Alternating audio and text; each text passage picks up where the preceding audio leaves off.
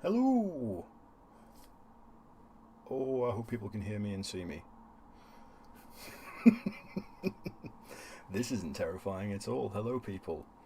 Um, yeah, so there's no Jules, there's no Mikey, there's no John, but you've got me.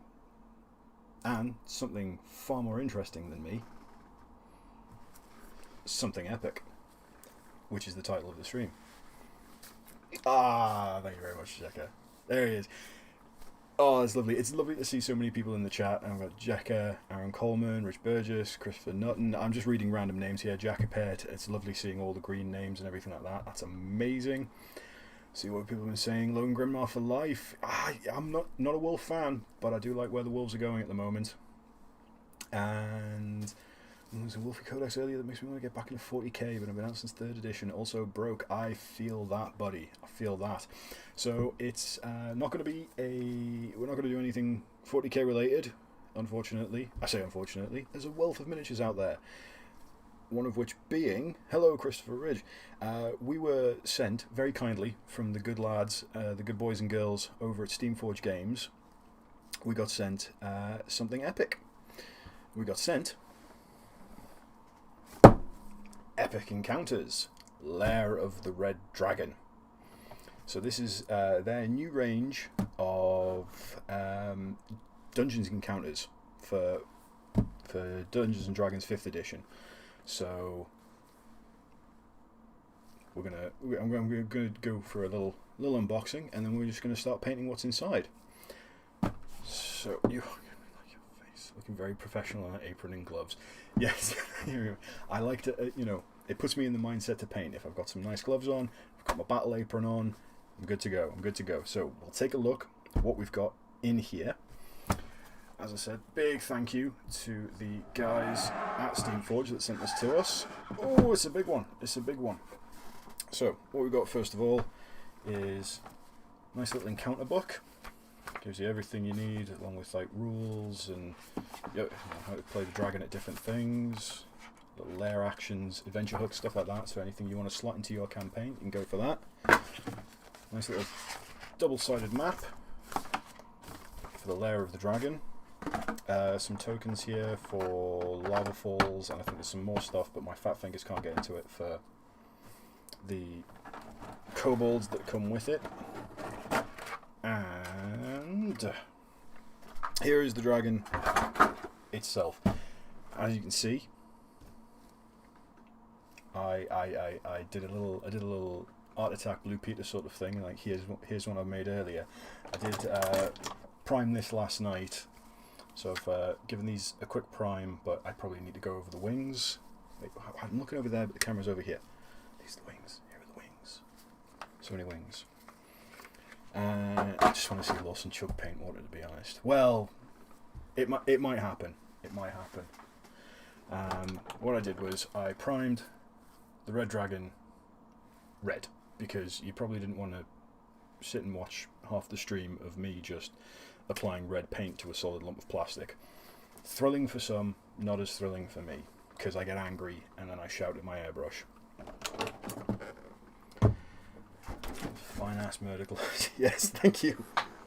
So yes, so here is the main body of the Red Dragon. She's a beaut. She's there. The dragon itself comes in red plastic, so if you just want to pop that on the table, stood upon a pile of gold, which is in gold plastic, so it looks really nice out of the box if you want to get started with that. But I know it's not grey plastic, but it's still, you've got to slay the grey, as Ninjon says. And so we're going to get down and paint this. I know. Red paint on a red dragon. I'm a madman, I'm a visionary, I'm a maverick, I cannot be stopped. Honestly, pay you see yell at an airbrush. Well, buddy, you don't have to pay me. Just I'll record a little video, put it in the Discord of me shouting at an airbrush about why it doesn't work. I don't know. Okay, so can you ever see and hear everything? Just got a little painting desk, because I'm at my computer today, because I can't do all the weird techie streamy stuff at my hobby desk because I don't have a laptop and all this kind of stuff. So I'm just here at my desk. So it's a very sort of minimalist painting setup that I've got. So I just grabbed a couple of colours, grabbed some brushes. I have my super special, one of a kind, unique, custom made palette, which is definitely not the cover of a Ferrero Rocher box. So still kind of fancy. What else we need? I got my red Solo cup, so you know it's a party. I got some kitchen roll. It's the good stuff. It's the good stuff. I like to shell out a little for the good double ply blitz. Not sponsored, but I just like it. What else do we need? We need some water. So one for me.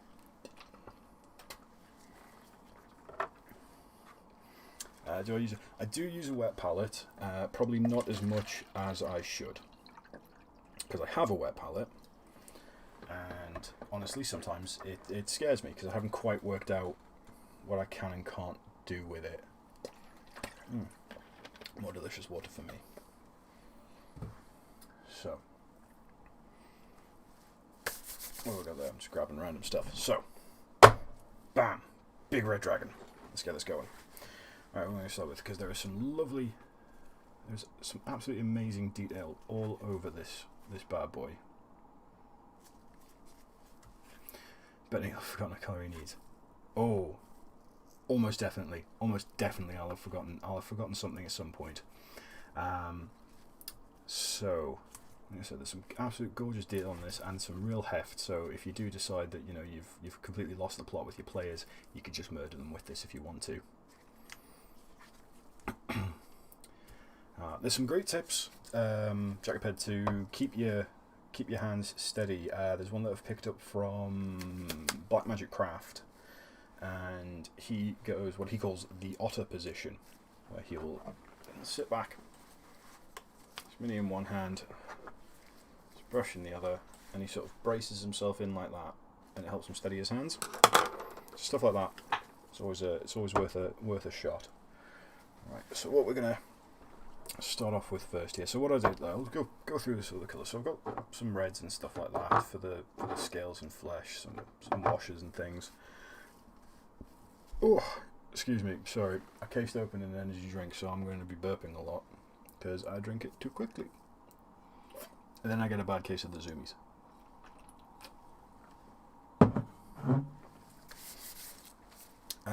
I'm already running on a lot of nervous energy, so the last thing I probably needed was pouring caffeine onto this problem, but let's do this.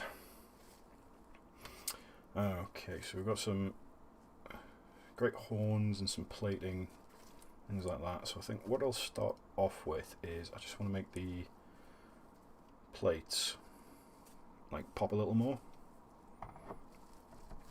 So I'll do that with lead paint.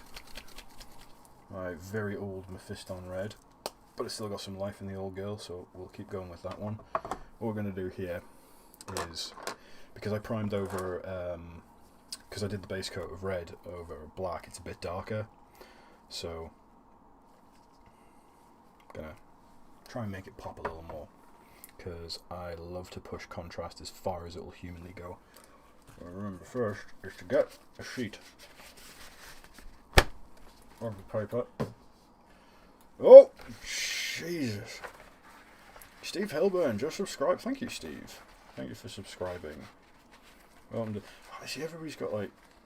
I need to come up with some kind of cool little catchy thing, because I know Mikey, when he's on Fang and Bang, he's like, "Welcome to the family." I love that. And Jules has his Egg Daddy thing, which is always good too. I don't have anything like that. I'm just like, hey, that's real nice. Thank you. It's a handsome move. Alright, so probably get way too much red paint and dry brush. Take some of that off. I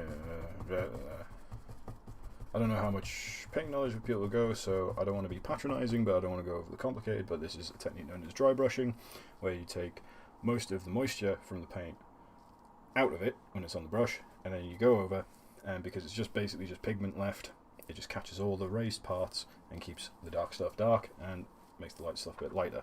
So we'll have a go and see how it goes. I'm going to focus mainly around the head today, because I'm not going to be able to do the whole thing in like a 2-hour stint, because could I speed paint a dragon in 2 hours? No, that's terrifying. So here, just going to go over. I'm not too sure how well this will show up on camera, but as I said, it's mainly just to make things look a little brighter.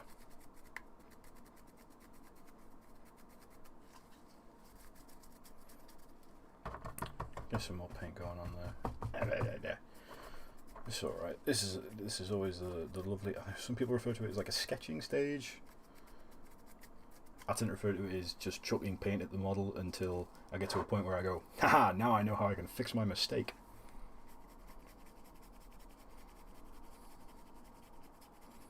So you just go on like that. So, how is everybody today? It's Sunday? Yes, of course it's Sunday. That's why I'm streaming here today. It's Sunday and time is meaningless. I hope you're all having a lovely time. So, look here. Done. Get it done just up there.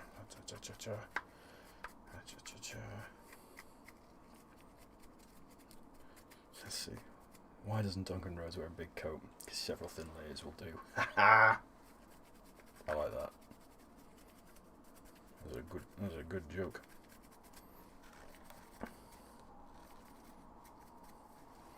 Okay, so I've like brightened up a little bit, but it turns out my red was actually stronger than I thought it was. So we're going to have to push this contrast a little bit more. And how are we going to do this? I'm going to introduce a slightly lighter red.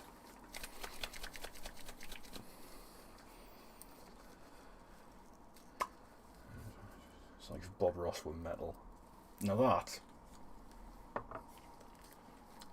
I would love that. I'd love to be the Bob Ross of brutality. That's me.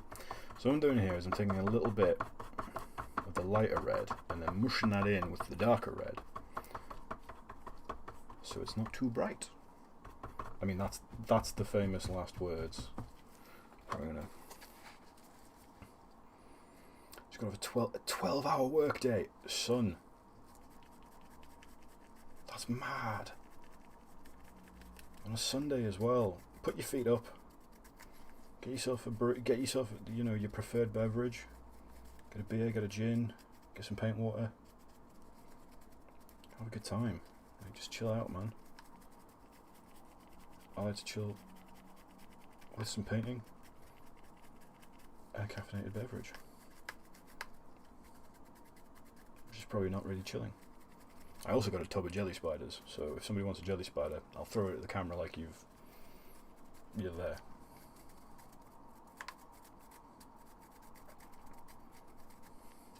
Laying in bed, chilling and watching.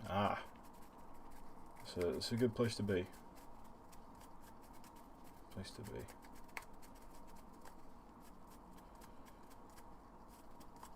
Oh, Pathfinder group's going to go on break with lockdown.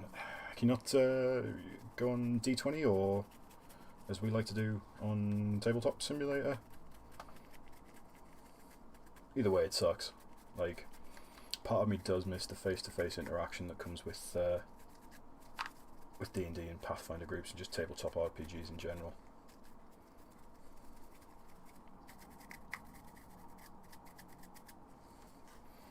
Getting stomped in magic. You're playing Arena. Yeah. I've not given that a whirl yet. But see, yeah. Unfortunately, it's not massively showing up on camera, which is a bit of a shame. So we're going to push the contrast yet again by going with brighter oranges. Just going to steadily get brighter and brighter until I go, oh crap, too far, and then I'll have to wash back down. Hang from the ceiling in your ankle clamp, mate. If you're comfortable in your ankle clamps, brilliant.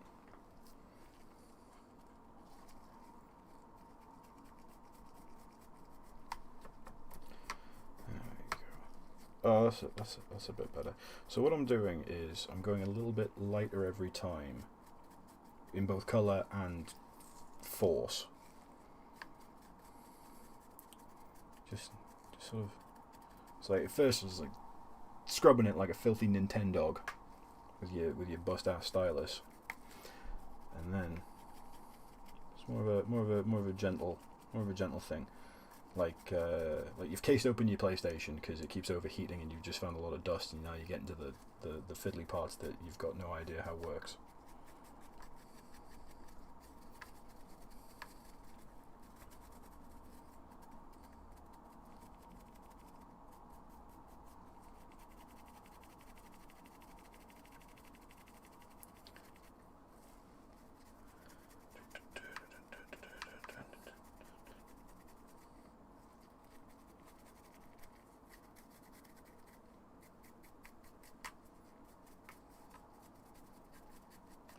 Lovely, lovely, lovely.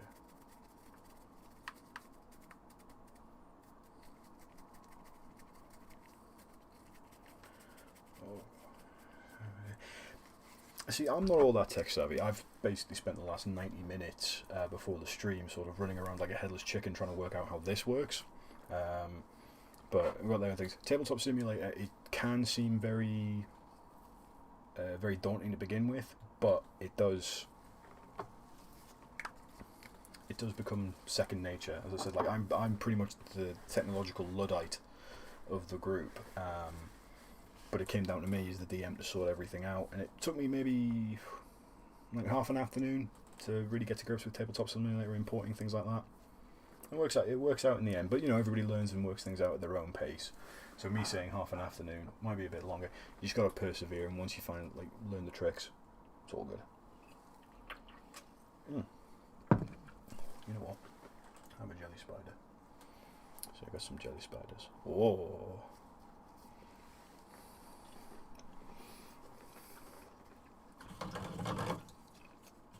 Right. Give that brush a wash.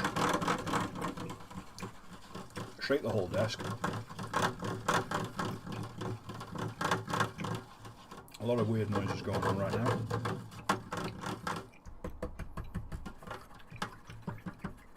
Give that a good wash. And, yeah, of course, there's still red paint in it. Because red pigment never shifts. Ever. At least not to my knowledge. I forgot my brush cleaner, so I haven't forgotten the colour yet. I've not forgotten my brush cleaner. I'll get around to that later.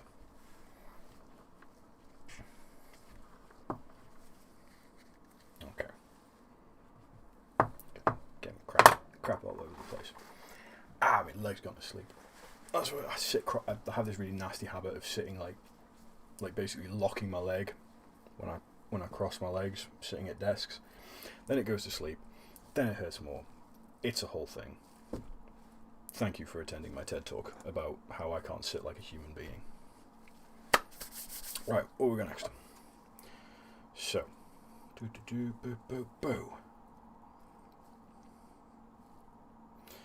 know what? Let's see what. We'll base coat these horns.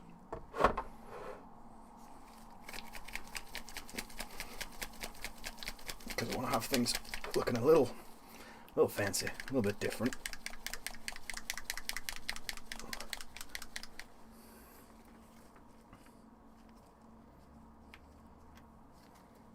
Ah, a fellow man of taste and culture when it comes to the monsters. Right, so just put. Okay, that's way too much. That's way too much. But hey, here we are. Take a nice. Oh, excuse me. Nice big brush.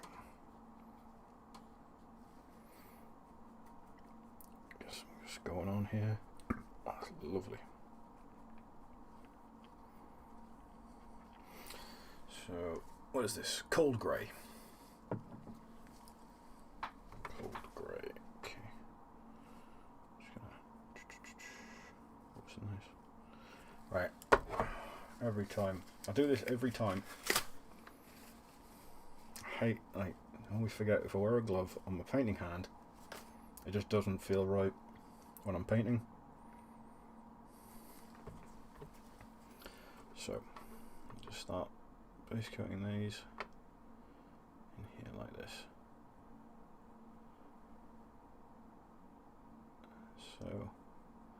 So how many mini painters do we have in the chat? You know, who paints? Who did paint? Who wants to paint?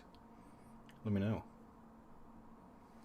These are all, you know, the way things are going, it's a good time to, I would say it's a good time to get into mini painting if it's something that you fancy. If you want to give it a go, there's lots of avenues to get started. Like, GW, fantastic, but they are not the be all and end all when it comes to like getting into mini painting or even wargaming. There's a lot of things on option, and you can tailor wargaming and mini painting to your experience, how you wanna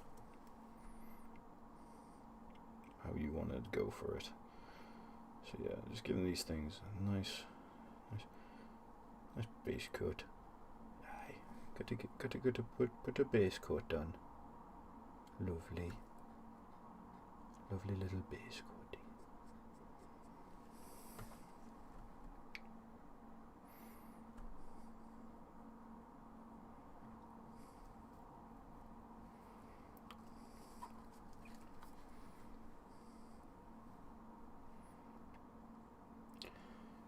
Mini painting can be a bit daunting, yeah, but I'd say you know, you don't start until you start, and no one starts good.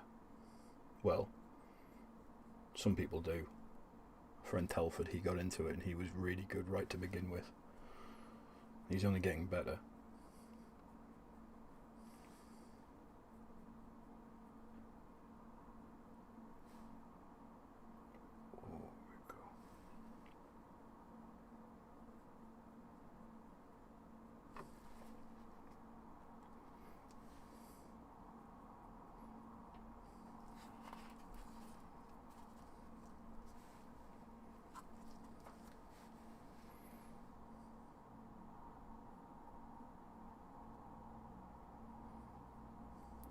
In 20 years.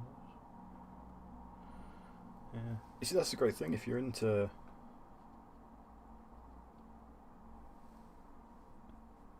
like, you know, tabletop gaming and things like that, or if you've got any like board games with minis and things like that, that's always a good place to start. Hell, I've known people that like wanted to get started in mini painting, but you know, they were a bit daunted by like D&D minis or whatever like that, so they bought like go to Poundland or whatever your local equivalent is. Just picked up a bag of like £1 army men. Away they go. Oh, Mango Loco. That is a fine one. That's my go-to for the sugared one, but I go for the non-sugared energy pop. Otherwise, the size that I am now would be even like that would be a pale comparison to how large I'd become with that kind of sugar intake.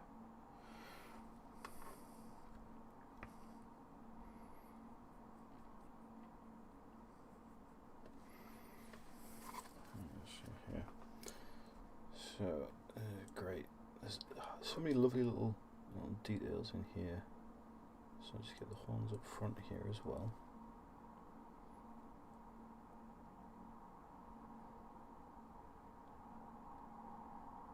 That's great. Poundland sounds like an adult store.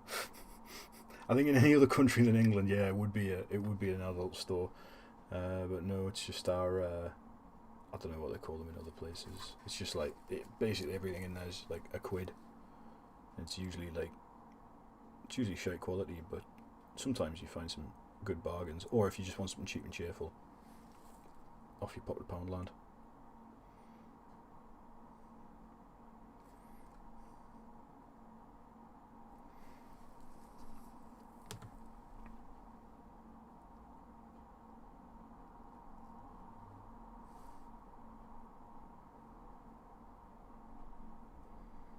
Okay,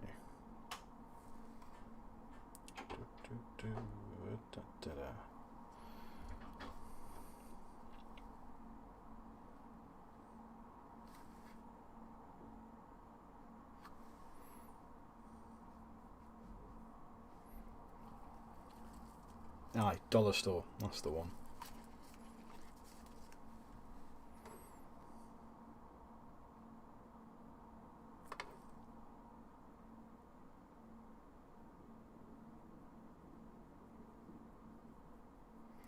So I've actually surprised myself with how good the coverage is on this cold grey. So it might not need a second coat, which is always lovely. Or I've just put it on too thick. Only time will tell. But yes, strangely, I've only ever fought one dragon in all my time playing Dungeons and Dragons, and that was a white dragon in one of Mikey's campaigns.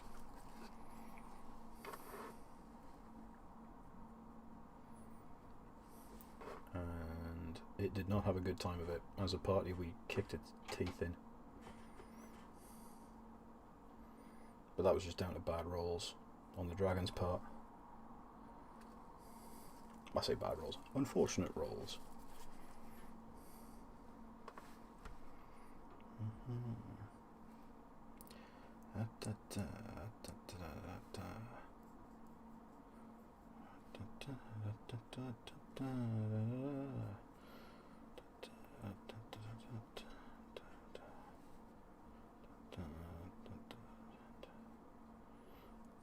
I'm loving this. I'm loving this monster chat. It's absolutely fantastic.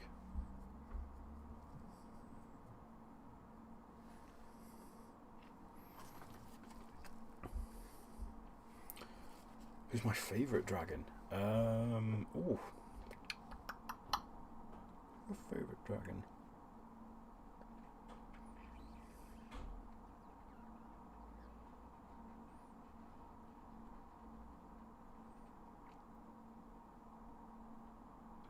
Trying to think of it.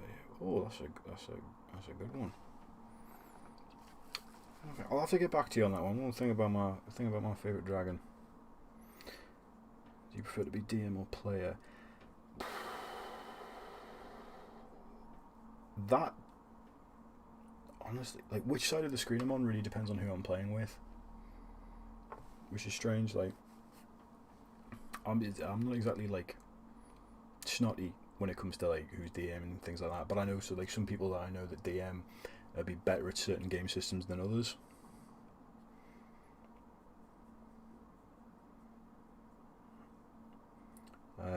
It also depends on what I'm DMing as well. Like I've DM'd Shadowrun, Dungeons and Dragons. I think there's one other one that I DM'd for, and I can't remember what it was now. But no, I like both sides. I think I prefer being a DM for.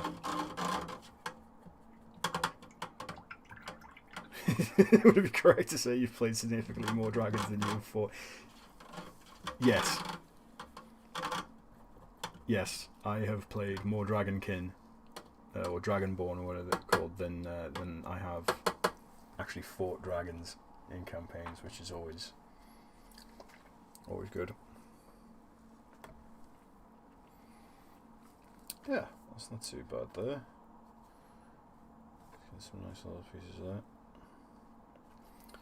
So I'll just go over some little parts he's got going on. Like the teeth.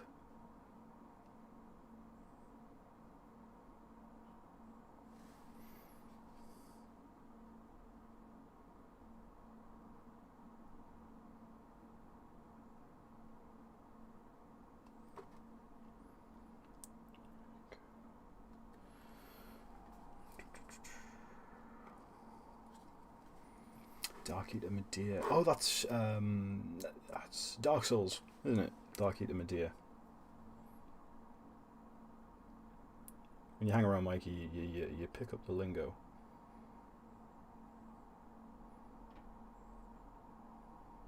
for these things.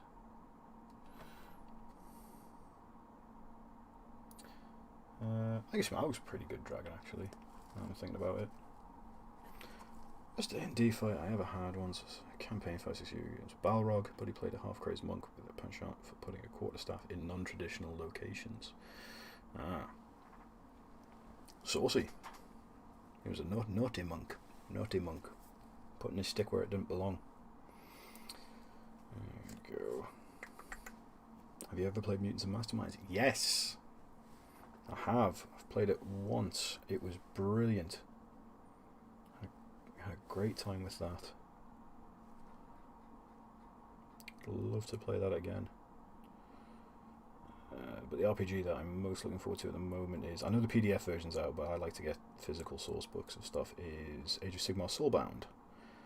Because I'm a big fan of the Age of Sigmar setting. So I'm always on the market for playing more.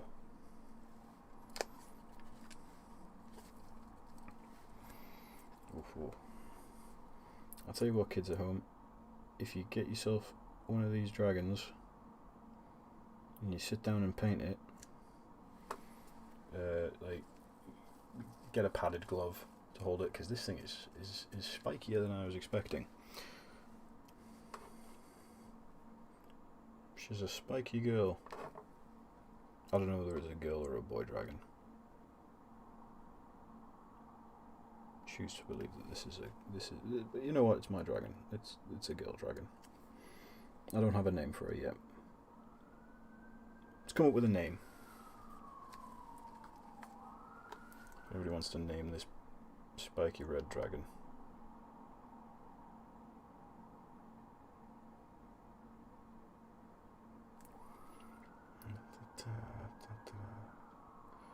Aha, now it's dried down. It has dried down a bit more transparent than I was expecting. So, yes, second coats are in order.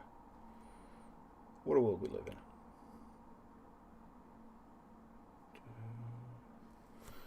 Alright, it's not really on track that.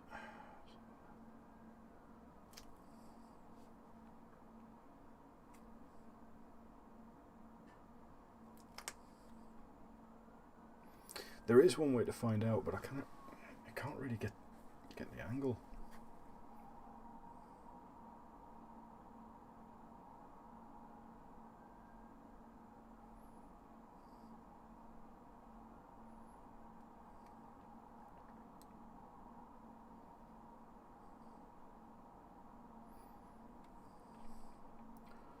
Oh, lovely. This is a very nice grey. You know when you have a moment when you find something and you're just like, this is working out a little bit better than I was expecting. That's the kind of moment I'm having with this grey right now.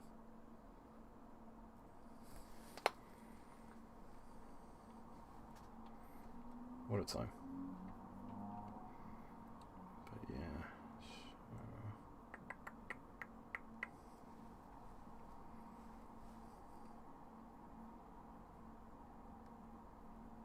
We'll just get some nice space coats on here. As I said, I just want to mainly focus around sort of like the head area today, just to give you guys an idea of where it's going. And I do not feel confident enough in my own abilities to speed paint an entire dragon.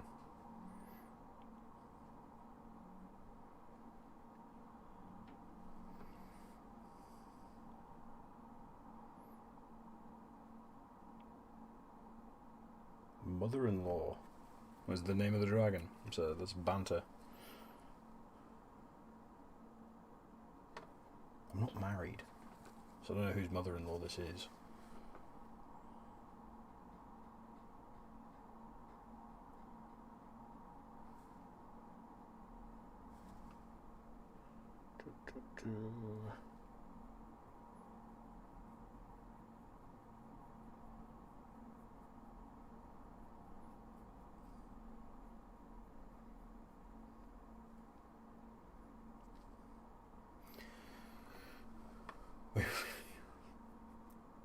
That is Slightly reassuring. So, if I come into possession of another dragon, I might have to see if I can do some kind of 2-hour speed paint. Like, see how much I can get done in 2 hours, and away I go.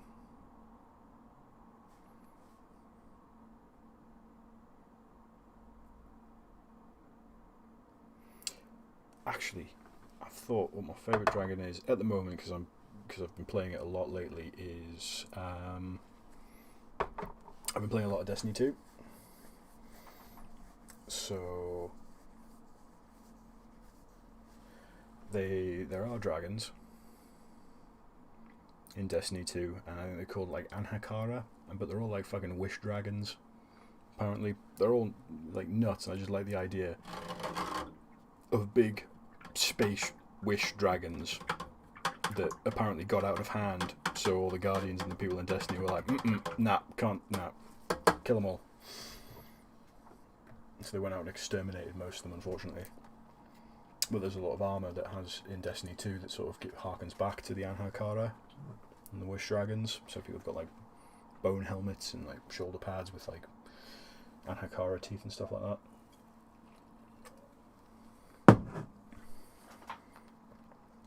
Karen, the most fearsome of all mythical beasts. Yeah, I think that's a. Yeah, that's a Karen.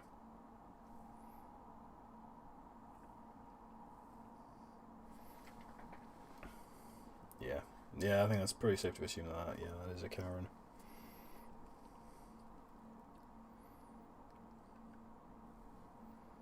And what a Karen she is. Okay, so before we move on to the next step, I'm going to make sure everything's nice and base coated. Because what is it? It's the hobby equivalent of measure twice, cut once. So as long as I keep an eye out for all these areas, make sure it's all nice, I don't have to go back and do everything.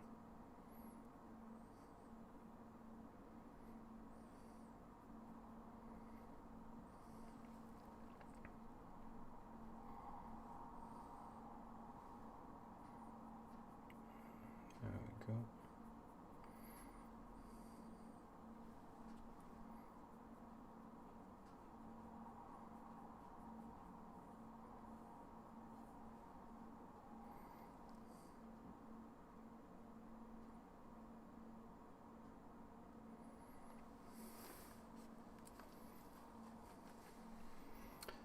Destiny's.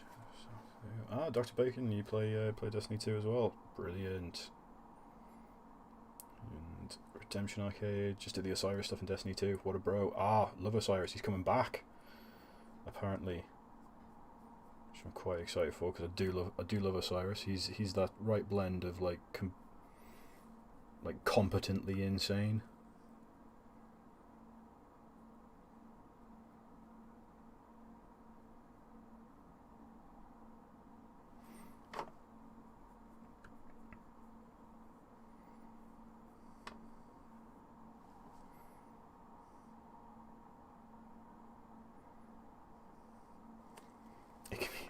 I'm Karen.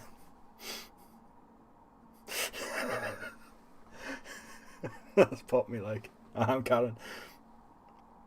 Because that just sounds like a Glaswegian woman telling people what her name is. I'm Karen. Beautiful. Yeah.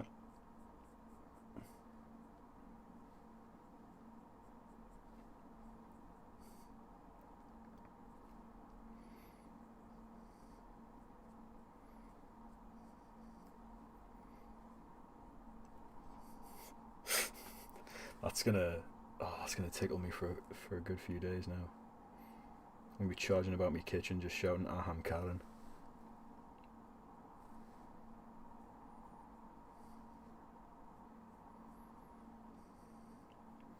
Which the neighbours will of course love. They love everything I do. Well, one side of the neighbours. I don't know who the other ones are actually. Never seen them.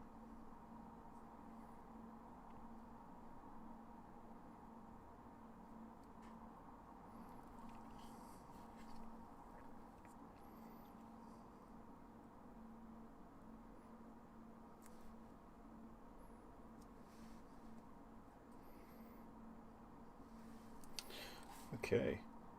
So yeah, that's all the base coats on the horns and stuff. If I do that, does that help anything?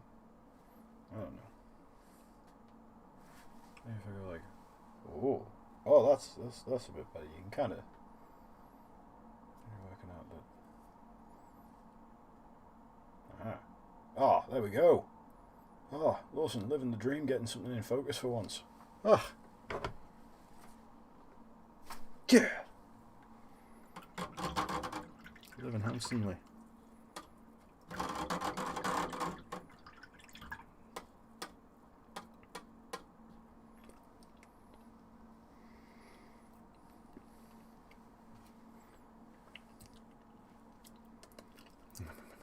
A little bit of paint water there. Never did anyone any harm. Right. What we got next?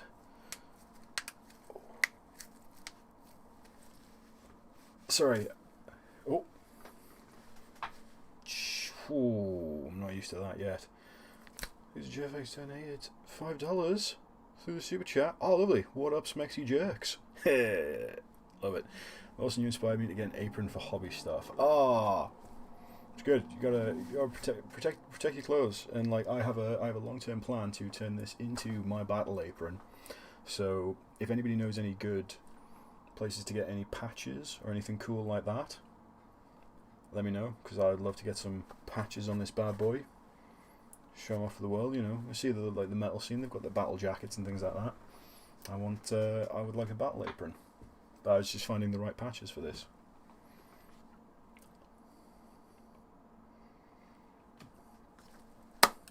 So, we've base coated some horns. We've popped the scales a little bit. We're pushing contrast here. That's the vibe. That's the phrase I hear a lot in mini painting circles, like pushing contrast. Me, I just like to live life loud, so I paint as bright as humanly possible in any given situation, because bright colours are cool. So you should paint for realism. It's like realism's already out there. It's walking around, and it smells funny, and it wheezes when it goes upstairs. Realism is overrated. Bright red dragons. That's where it's at. That's what you need. More bright red dragons. Or dragons of any colour. We're not going to distinguish here. Like any dragon. Chromatic, metallic, pearlescent. What else have we got going on here? Kaleidoscope. I'd love to see a kaleidoscope dragon. That'd be cool. Actually, what I'm talking about. Be the change you want to see in the world. I'm going to try and make a kaleidoscope dragon. So.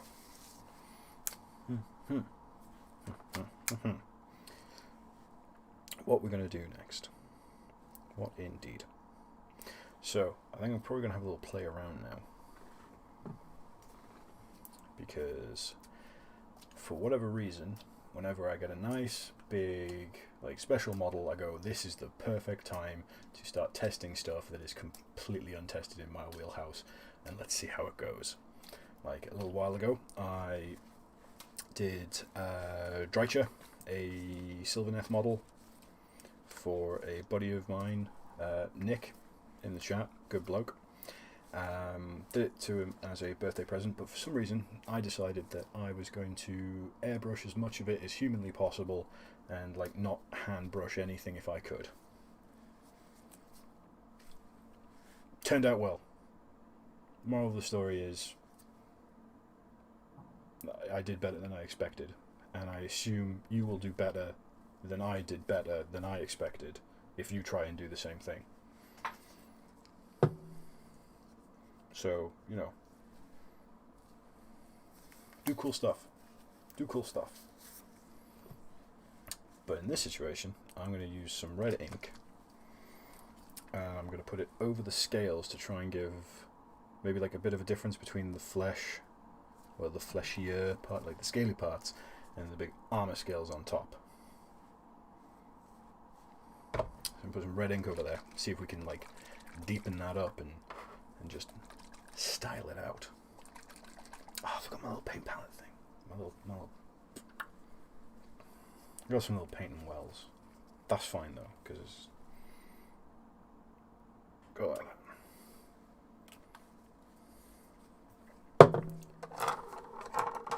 And we'll give him a wash brush. And go in this like this. It's a lovely red. It's a lovely red. I don't paint red very often, but when I do, it's a red dragon. So, oh yeah, step one, good start. Like start painting in the one place where you didn't want to paint. Okay, here we go.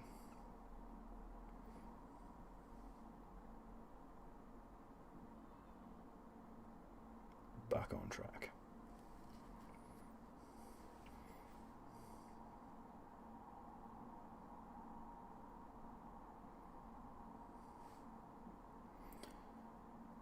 Yeah, I broke my brain a little bit trying to say it. Aspirational maths is not my strong point, and neither is regular maths. And that's why I have to take my socks off to count.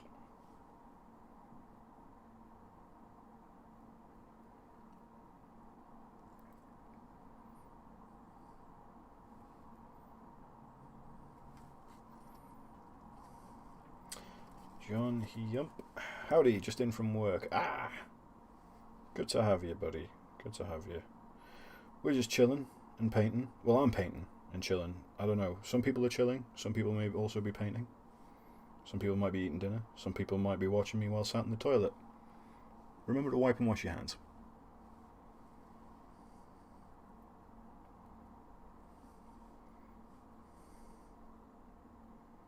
Some people might be painting on the toilet. That's next level.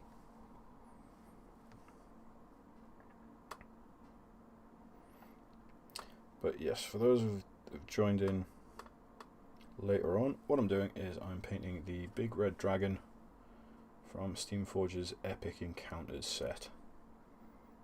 It was very kindly sent to us by Steamforge, so big McThankies to them.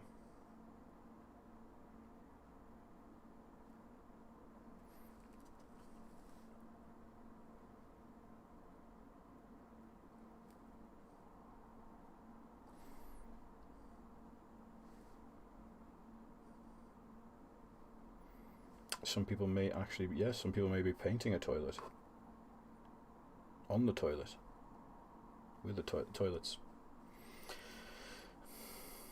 I'm thinking about toilets too much now. I'm overthinking this. I'm overthinking this toilet world. It's a shared toilet universe. Oh god, metal minis. They were the bane of my existence. As a young paint splattered moron. Because they just did not want to do what you told them to. Like having to like pin them, and even then it was a crapshoot whether they decided to stay pinned in place. Ugh.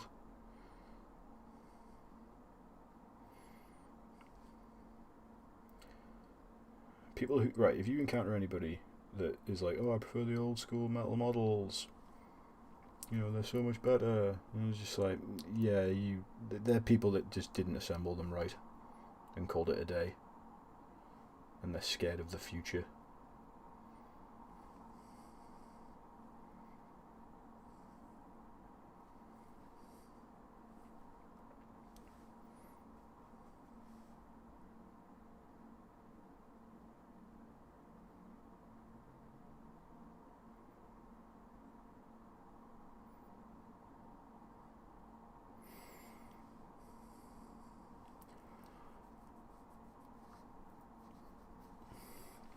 Ruby Dragon Energy. I don't think I ever like. I love Final Fantasy VIII, but I was absolutely awful at games. I still am awful at games, but you know, it was bad then as well. So I never really played. I never got to anything like cool or hidden. So like the stuff like fighting the weapons, or like actually like getting cool armor or secret weapons or anything like that. It was just like, nope, that's beyond me.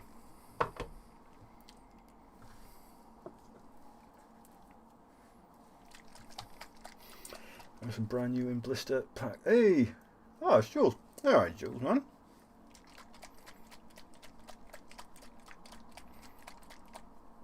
Some brand new in blister pack Space Wolf Blood Claw minis. Jesus!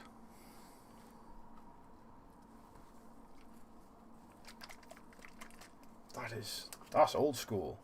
I don't like it. I collect Infinity among other model lines. Oh god, yeah. I looked into Infinity and then I saw how much of it was metal minis and I'm like, nah, you're alright.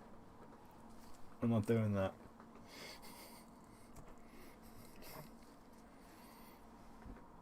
Oh, right. Let's get more.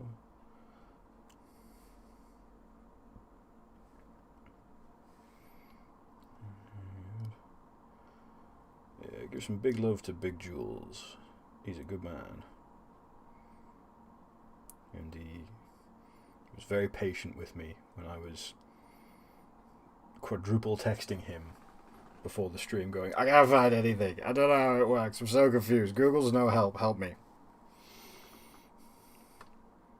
I was a hair's breadth away from seeing if I could quickly source a goat and sacrifice it to my computer. And it bids to make things work. But there's no goats in my area, so I was probably going to have to settle for a Jack Russell. But that's fine, I think.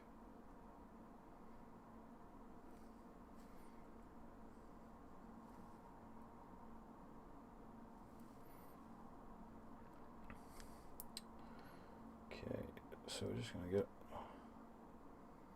all up in the business, just trying to make this red ink make things just sort of pop just a little bit more, which it looks like it's starting to.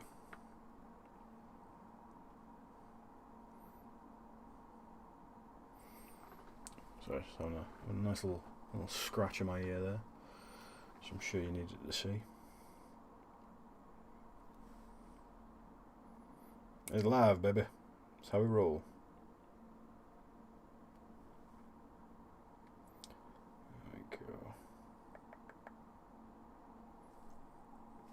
So,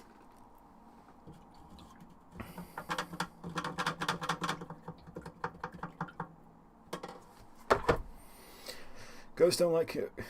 Computers don't like goats. They like rams. Fucking tremendous.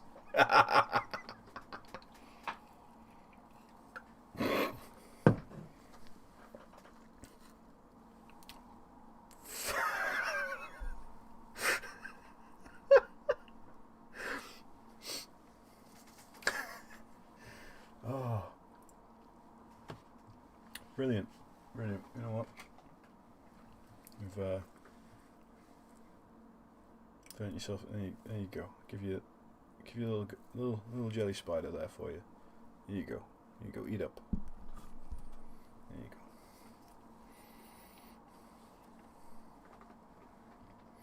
go. I was tempted to try percussive recalibration, but unfortunately, I think if my computer sustains one more blow, it'll press charges. It is a Frankenstein-esque monster. It's made up of it's made up of parts from my previous two computers, along with a second-hand computer that I bought from a friend, whose family, the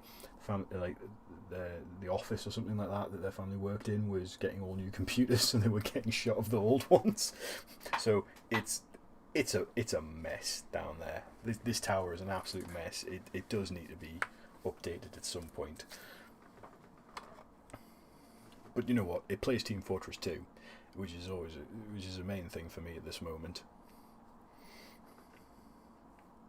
And I just picked up Darkest Dungeon today because it was on the Halloween offer, and I know the board game's coming out, and I see like Mikey play a lot of it as well. So I was like, right, that's it. I'm gonna get Darkest Dungeon. I'm gonna start playing it. I've got no clue what I'm doing.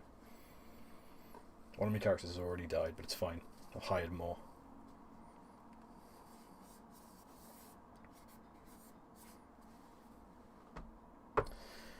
got to start a set of coat to arms paint simply because I heard they were based on the old Games Workshop paint I used as a lad. Any advice for paints, especially for metal or blades? Right, coat to arms, I've never used them, but I've heard the same thing, that they're very similar in formula to the old GW ranges, like the old Citadel range. When it comes to metals and blades, very easily, base coat them. Like, make sure you've got a nice strong, like, metallic base coat. So if you're going for, like, you know, silver armor, go for a nice gunmetal. What you can always do as well is you can darken it. You can darken down your metals a little bit by adding a touch of, like, black paint, which always helps. Give it a wash if you want dirty metal.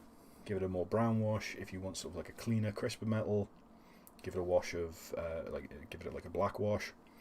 And if you, oh god, I've just left that in there.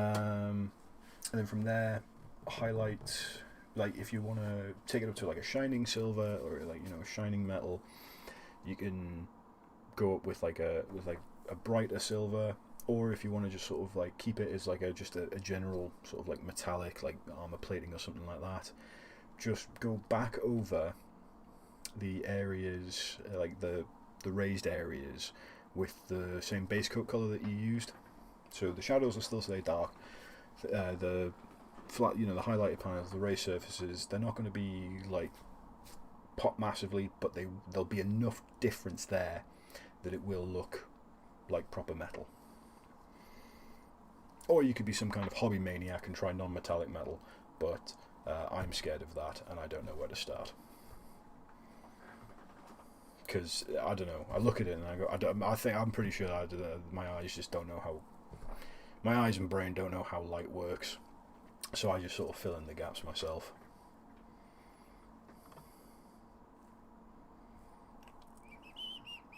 So, you can kind of see it. That's always good. I'll do that. It's still a bit wet, but you can see the difference. Yeah, that's it. There you go. So you can see where I've put the red ink over the larger scales, and how that's deepened the red. But where the more the fleshier, scalier parts are, I've tried to avoid that.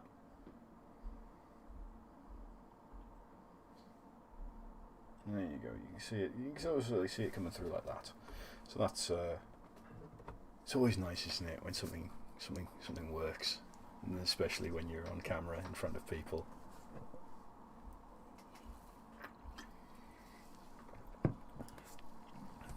Oh yes, but I'll tell you what. That still needs to dry a little more before I go back over anything else, because I don't want to start mixing inks and washes into together, because it might come a bit of a mess. So while that's drying, so we don't have any downtime, let's take a look at something else. Something that is also epic. Hang on, where am I going to put this? Spaces is a premium. I'll put you over here. It's almost as if I thought ahead and thought, what if I wash something and I'll be sitting there for 20 minutes while it dries? It's not going to take 20 minutes to dry, but anyway. It's another Epic Encounters box. They sent us 2. This is not a dragon. This is the Shrine of the Kobold Queen. And I've not actually really had a look through this one properly. So I thought, this will be a fun journey for both of us. Both of us? All of us.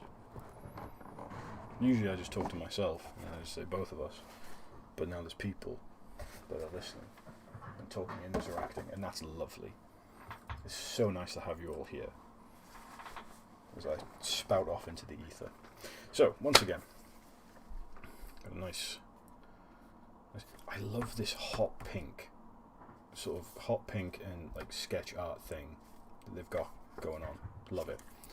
So on the back here, it shows you what you got going on here, but we're going to be taking a look at that, so I don't know what we're looking at here. There's the back there, an advert for the big red dragon. So that's what she looks like unprimed.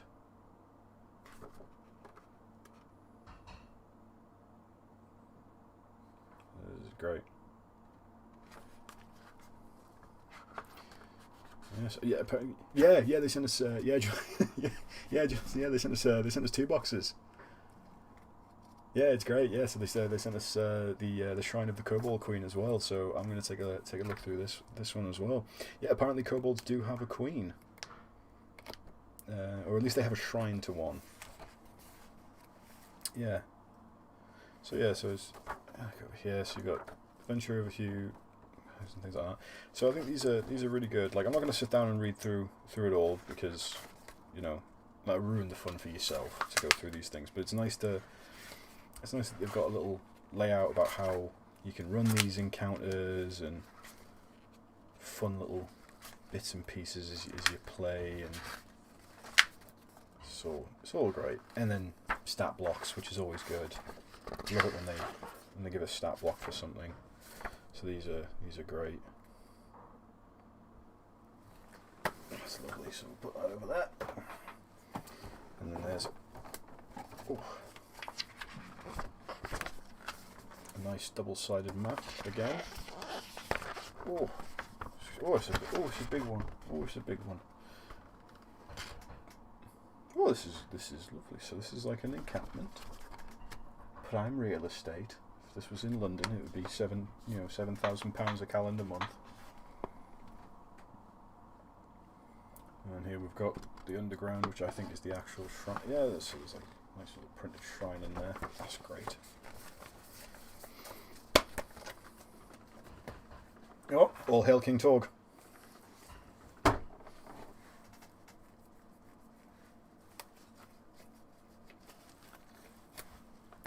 Oh, and here we've got the minis.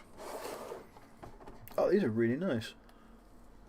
I mean, not that I was expecting them not to be.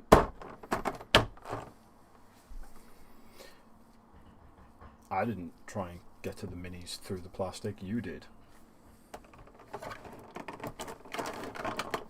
Okay, get this off. Let's have a look here.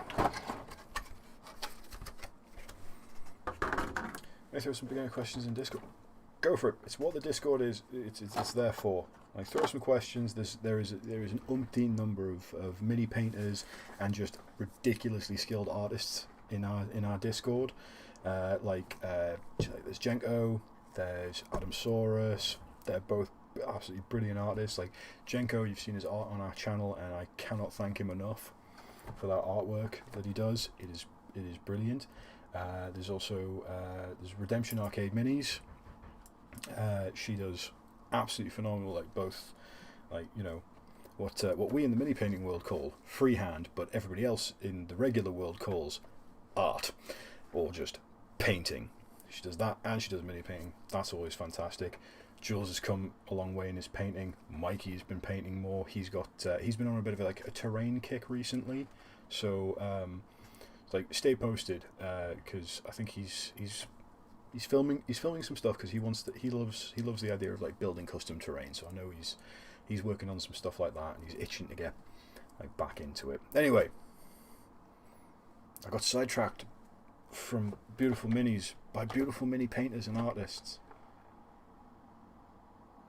That's the world I want to live in more often.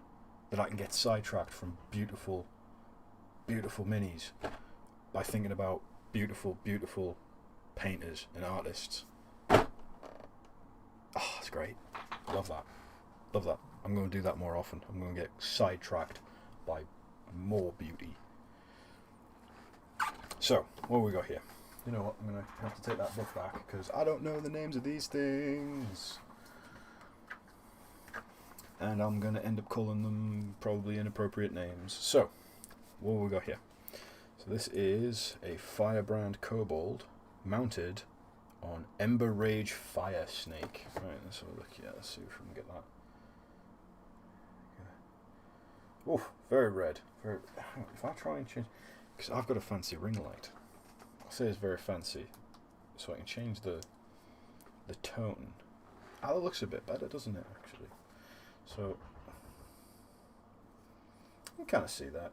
Yeah. Oh, maybe. There we go. Come on. Focus!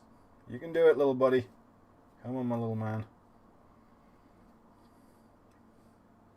Absolute chumpwad. Maybe I just go like that and just go like, here, have a look at that. Okay, so that did work. I don't understand science. It's awful. So yes, these are the Firebrand Kobold mounted on Ember Rage Fire Snake. Ember Rage Fire Snake.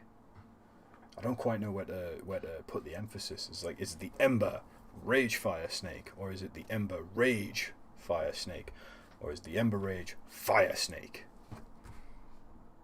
They all sound good. They all sound good. These are cool. These are cool little dudes. It's got a little helmet on the snake. It's quite nice. I like that. So you get 4 of those. What else have we got here? So we've got some Firebrand. These Firebrand kobolds. Yes! So it looks like you get, these wee little dudes. Wee little duties. Come on.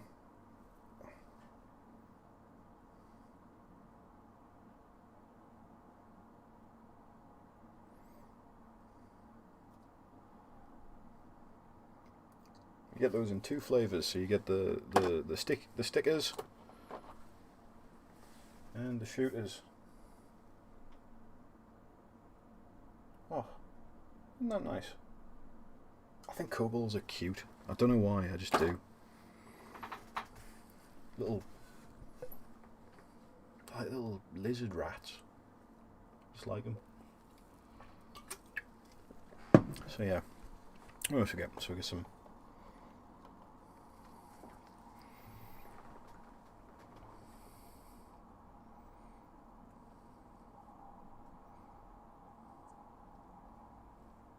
So these are Firebrand Assassins.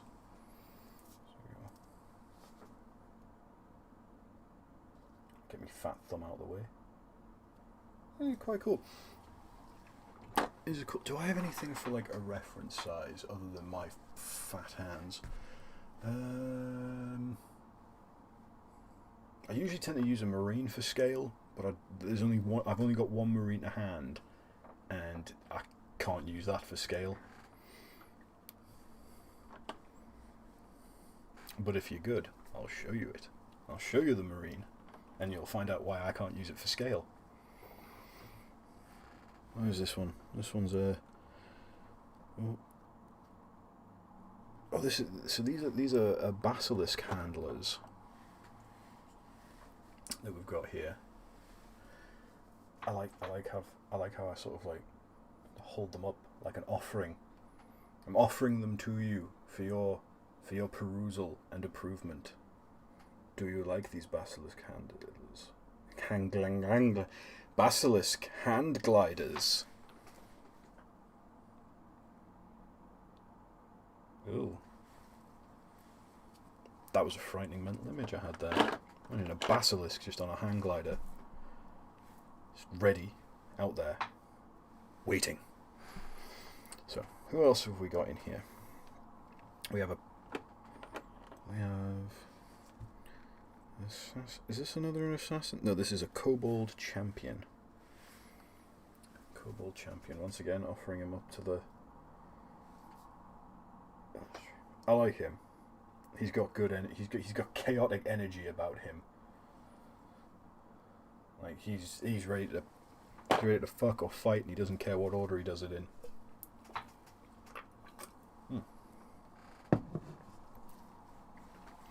Then we have the Priest of the Bloody Flame with a very fancy hat, so you know they're a priest.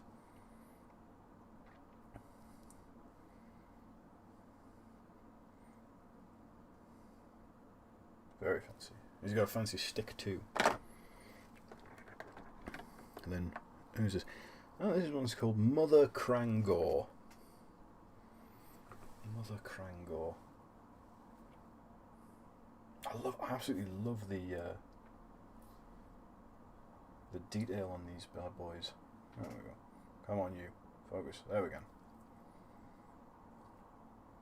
This is just like it's it's brilliant detail. I like that, like, you know, they're pre-colored plastic, so you can really make them pop on the table when you're playing, you know, your games of D&D.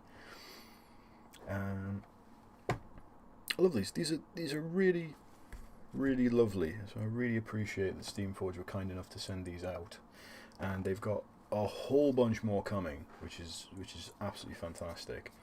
For anyone that doesn't know, Steamforge is a games company based in England, and pretty much they are absolutely killing it at the moment with video game to board game adaptations. Their first one was Dark Souls, which was fantastic. I have like 3 shelves worth of Dark Souls stuff under the stairs. It's a problem.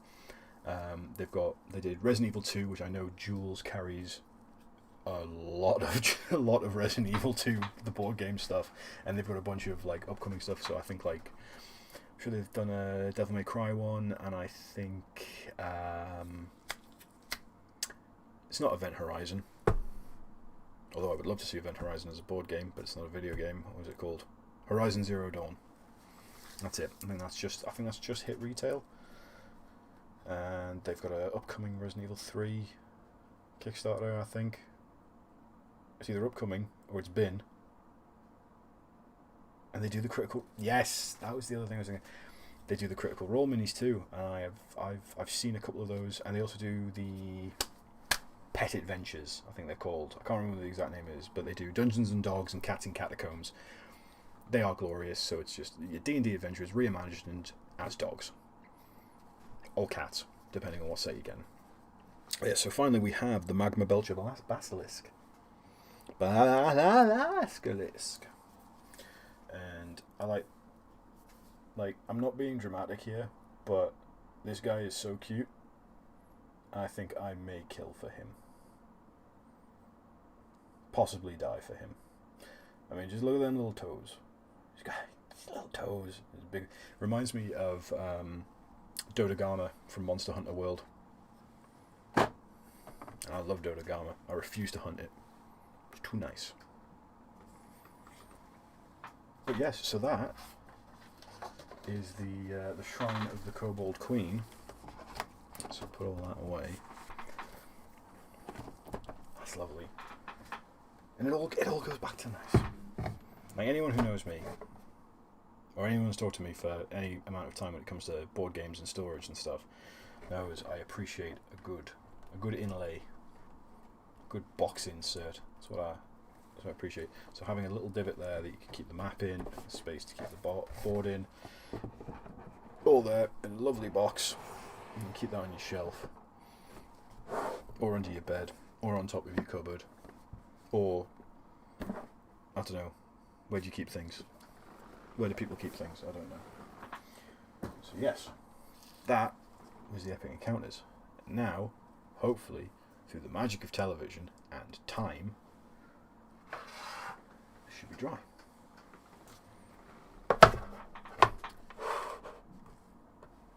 It basically is. Get in. What a day. Finish it. Hey, Gimli! Nice to see you, Gimli, man. How was your Shadowrun game? Good? You win? You do some crimes? You not get caught? So I'm just rattling crap around here. There we go. Oh, you're alright, Paul, man. It's good to see you too. So, it's dried down. Once again, it's dried down a bit. It's a bit more muted, so what we could do is we could potentially go back over again with a couple of layers, but I don't want to. I want to keep things moving.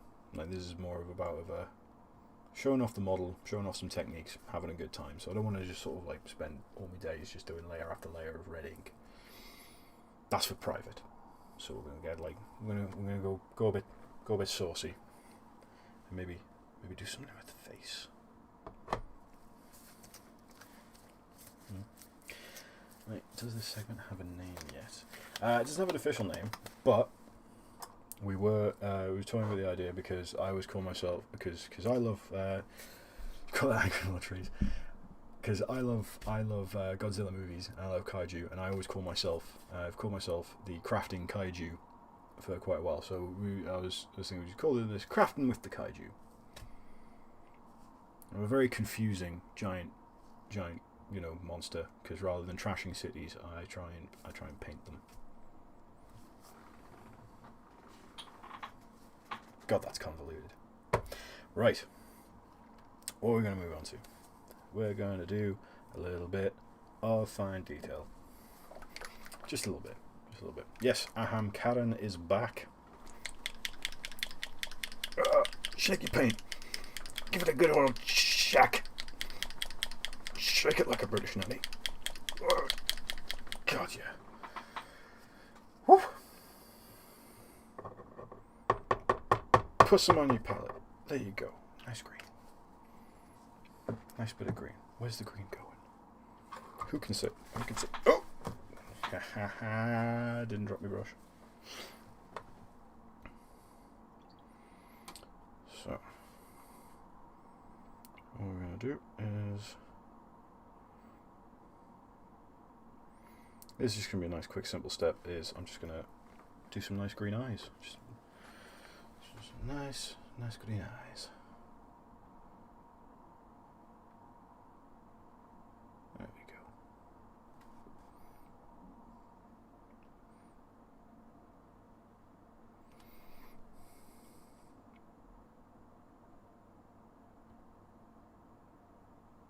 go. Ooh.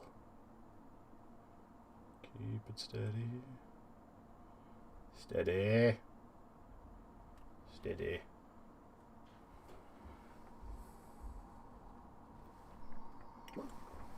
Whoa.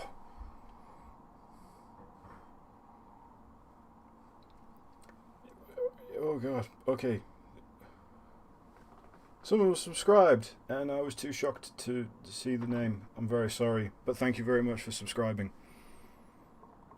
It's a good thing I had finished that eye, otherwise.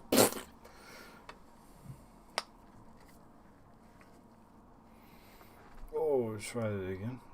Let's go again. And now for the second eye.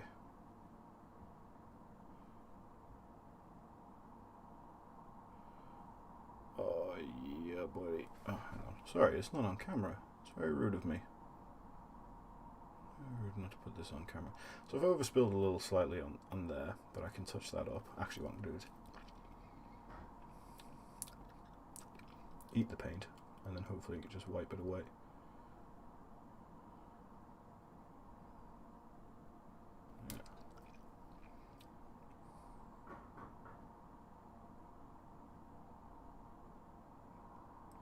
There we go.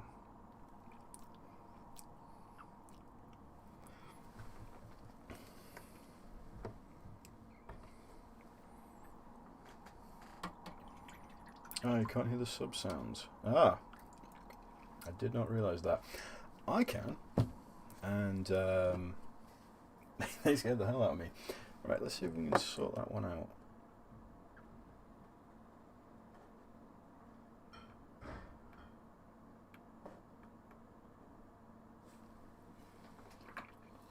I don't know why. Sometimes, you know what? The grand scheme of things, it's fine. I'm just very happy that I managed to. You can see me, you can hear me, you can see this. This makes me very happy that this is worked all right.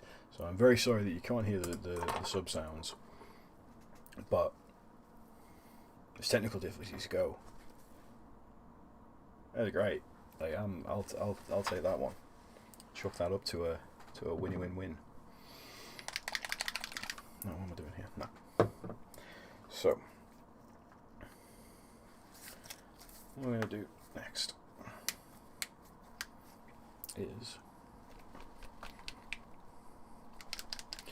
we're a little fancy again, and this is the time where a wet palette would really come in handy, because what I'm doing is I'm going to be mixing up some colours. If I had a wet palette, I'd be able to just keep them wet, for that is what the wet palette do. You're right, Gimli. It's not a stream without technical difficulties. Technical difficulties. Excuse me, I'm pausing for a jelly spider break. Ooh, it might be November 1st, but I'm still eating Halloween sweets. Ham. Probably very rude to be eating on stream, but I like jelly spiders.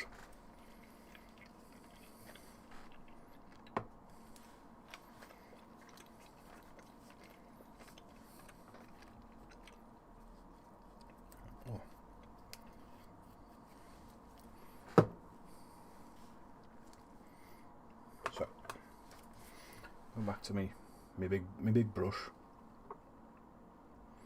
Just give this a. So what I want to do here is just sort of have a brighter tone, but not too bright.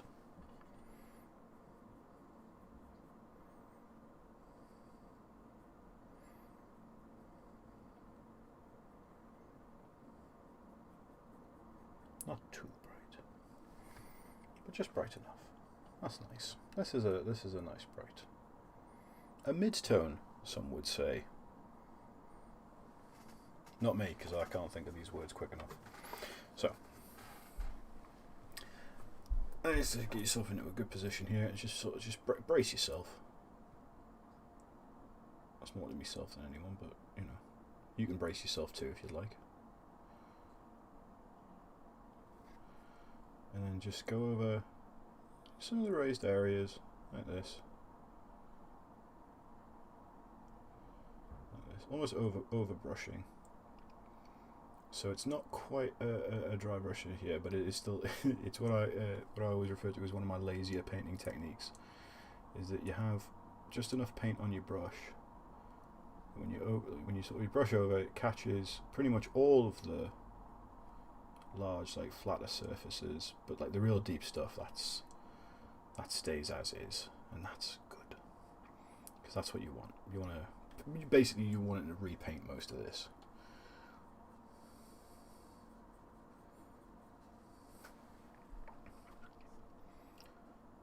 So that's what we're aiming for.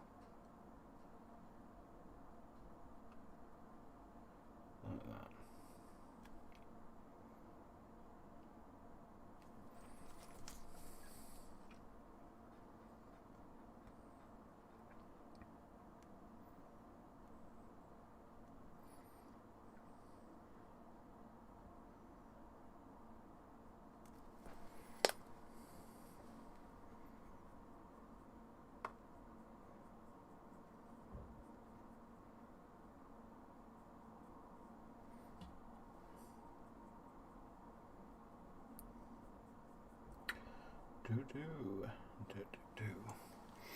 But as you see, also as a little side note, you see what I did here is that I mixed, rather than mixing just white in with the grey, I mixed in this off-white, like a bone white, which of course is not going to show up properly on the stream because I've overexposed everything. But the reason I did that is because if you just use a straight white, it'll be brighter, but it won't hold the same. I don't know what the word is for it, but just like, because I'm trying to paint bone, I want to highlight up into bone, whereas if I just keep highlighting up to white, it won't look as natural.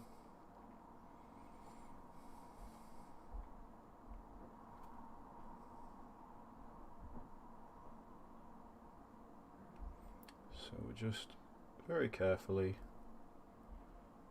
going around.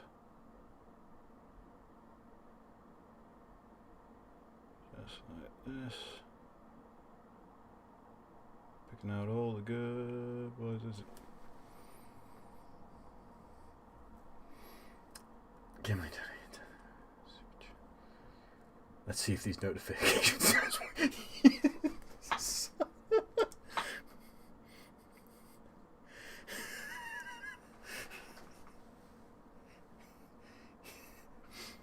Cheers for that, Gimli. Cheers for that. Like,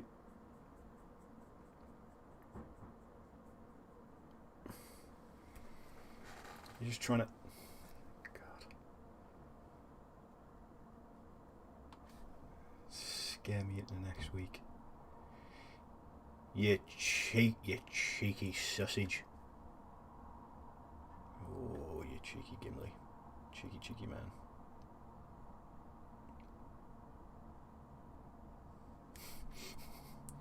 But also thank you very much for the super chat donation. It is very much appreciated.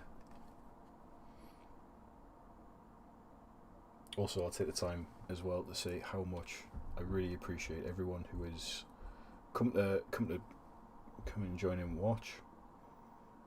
People that have become members of the channel. That is absolutely mind blowing to me to see the sea of green. Like, see the green names and Judge Kikaman. Sorry, I'm very terrible with names and things like that. But they've just subscribed. Thank you very much for subscribing. I was in the midst of saying how much I really appreciate how many people have subscribed to us. How many people have donated?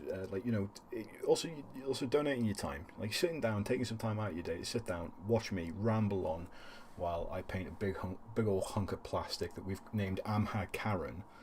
Like, it warms the cockles and the other the jiggly bits and everything in between. And it's very nice. And it's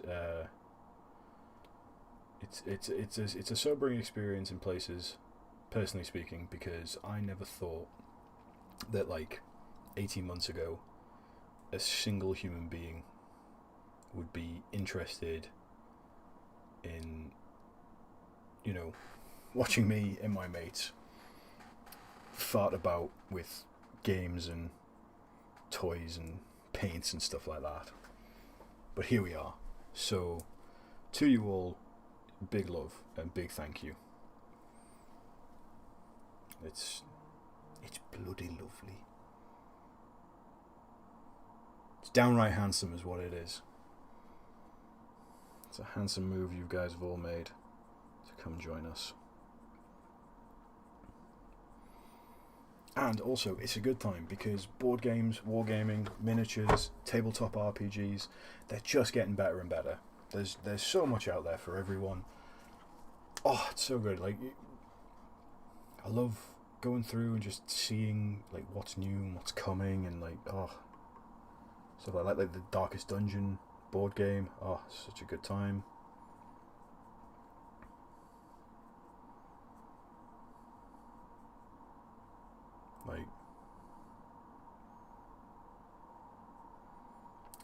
Watching you paint here. Oh, that's very nice. There was a short-lived time where I did look into becoming a voice actor, but that didn't really go anywhere. We come for the jewels, but we stay for the forefathers. Yes, forefathers. That made me laugh when Jules came up with that one, because we've got Egg Daddy Jules, Bang Daddy Mikey, who should hopefully bless him, he's had a mare of a time with repairing his laptop, and he misses you all greatly, and he will be back very soon. And then what do you call John? Papa Roz is John, and he is currently, I think he's on his way, or he's currently in Manchester for a very special show, The Dark Room, which starts at 7, I believe. So if you wanna pop on over, because he'll be on twitch.tv/Robotron doing The Dark Room, which is, if you've never seen The Dark Room before, it's amazing. It's great fun. So I think that starts at 7 tonight. So you should get yourselves over to his Twitch channel and play The Dark Room with him. Tell him I sent you. Ask him for a coin. But most of all, just enjoy The Dark Room. It's great fun. Live action video game. Great fun. You can play along from the relative comfort and safety of your own home. When I say relative comfort and safety, you will get the distinct feeling that the dark room is seeping out into your living room or wherever you're watching. It's okay though. Can't actually hurt you, but it can make you think that it will.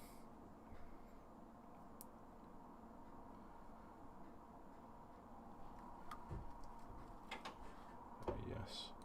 But no, I'm glad you guys are enjoying watching, because this was a bit of a litmus test for myself, because I offered to do a solo stream while people were indisposed, and I was gonna use this as a personal litmus test to see whether people would want to see more of this in the future or see something different from me, because I know that people don't tend to see me very often when it comes to the channel, because I'm usually there to wrangle Mikey or Jules. which is actually it's one of the perks of being, one, friends with them, and two, being part of Live and Let's Dice, is just occasionally wrangling Jules and Mikey. If you ever want to know how bad things can get when it comes to our group shenanigans, I'm the closest thing to legal counsel Mikey has.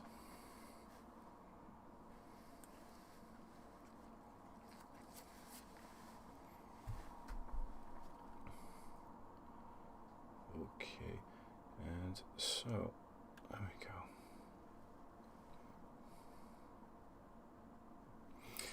So let's put this in my hand, and then we'll offer this up to the people at home. If you can see that. Oh, on you. There we go. So you can kind of see that we've highlighted the horns a bit here.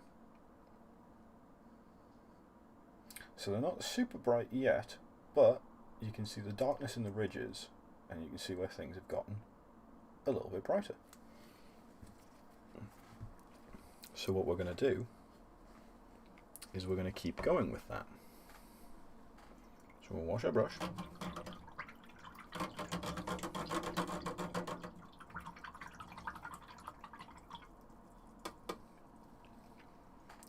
And taste the paint water. Delicious. That's good. Okay, can recommend a mix of Mephiston Red and Cold Grey with a Monster Energy Chaser. Pull your ability to moderate as a DM both the game flow and hijinks. Oh well, thank you very much. Thank you very much. All I really do is just sort of apply a basic amount of game physics to whatever they come up with, and I want to see this stuff happen probably more than they do, because I just think it's far more fun.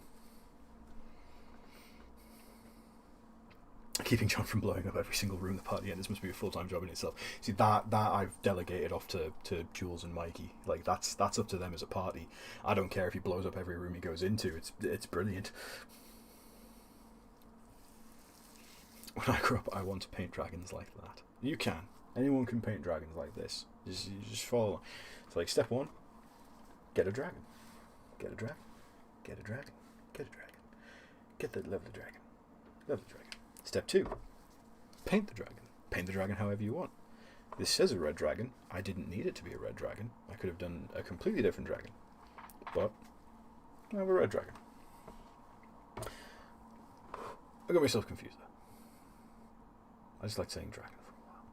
I also really like the idea of people just getting out there and painting stuff. It's great. So what we're going to do is we're adding a bit more of the bone white to the cold grey, and I chose a cold grey over a warm grey because the red is a very warm colour, and I didn't want to lose the bone colour. Like I know the bone white is warmer than the cold grey, but overall it's going to have a cold grey tone to it.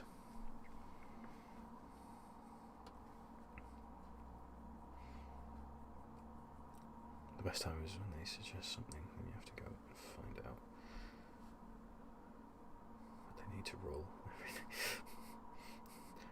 Those are very interesting moments, because I tend those are also moments where I find out something entirely new about the game, also to find out to see if the rule set even has anything in about it. Like, I mean, I don't want to sound egotistical, but I think I may have been the first person, or at least one of the very first DMs to have to try and work out a mechanic on inflating an enemy with a bagpipe.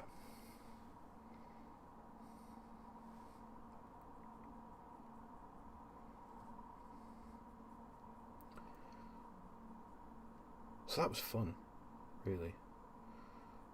That was just a good time. I love it. That's why I love playing D&D with Jules and Mikey and John.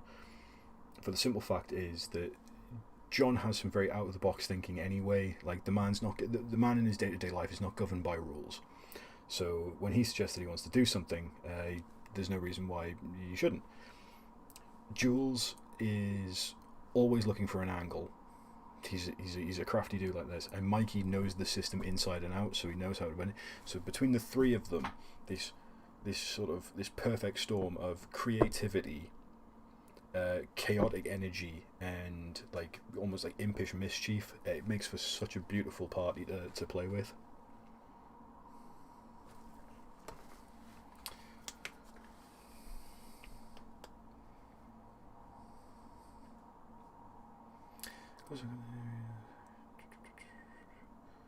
Airbrushing my PS4 with digital camera. Oh, that sounds really cool. I keep thinking about customizing my PS4 controller in a similar thing, like giving it an airbrush and like a bit of a custom paint. But I'm also terrified that I'll break my controller, and they're like 50 quid or something. I don't have that kind of money. I don't earn a lot, and most of it goes on minis.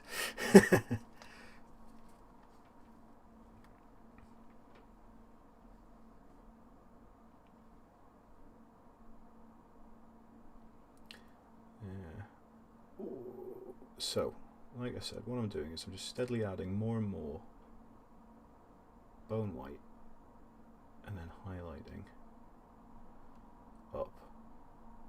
You know, concentrating on the most raised parts. Getting a little smaller each time. And you don't have to, because you don't want to overpower the work that you've already done. Because you've already done the work, and it's already lovely. Not this, yours.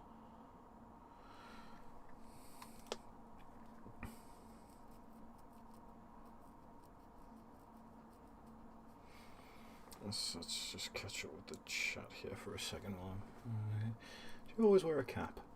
Yes, I wear a cap a lot of the time.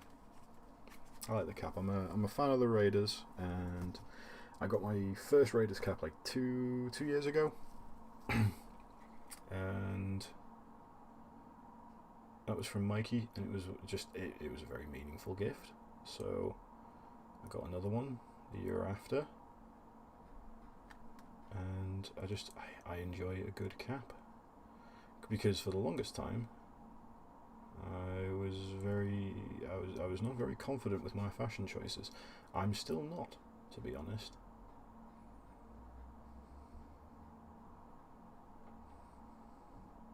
So I'd always wear what I thought was expected of me as a big fat bastard. But now I'm just like, whatever. I do need to update my wardrobe though. That's for a different time. Okay. Just tell my DM today about the backpipe insertion. Yeah, it's something that's going to stick with me. I think that's going to stick with me for a long time. Just take the case off the controller. I'm just worried that I'm going to break the controller if I take the case off, and I'm never going to be able to get it back on. Like, that is an extreme worry for me, because to put it delicately, I am a spam-handled oaf.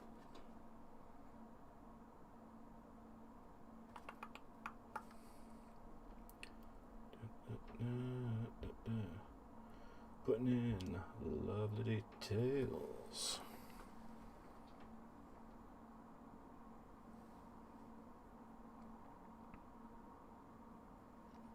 Ah, thank you very much. There's very, very kind words. Very kind words for everybody.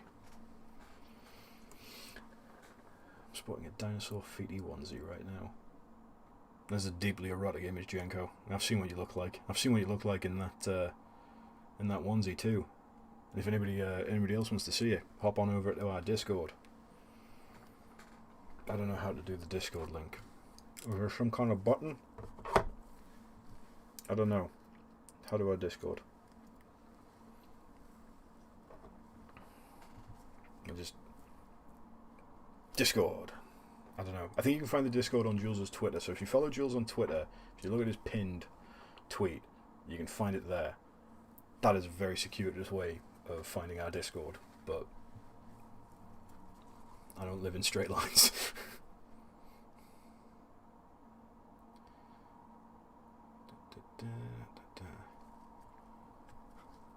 Oh, amazing. Checker and Jen go to the rescue, along with Nightbot. Oh, you got us. You got us, you beautiful, beautiful people. So I have enjoyed. Just to plug the Discord some more, there is some lovely, absolutely lovely people on there. It's a nice sense of community.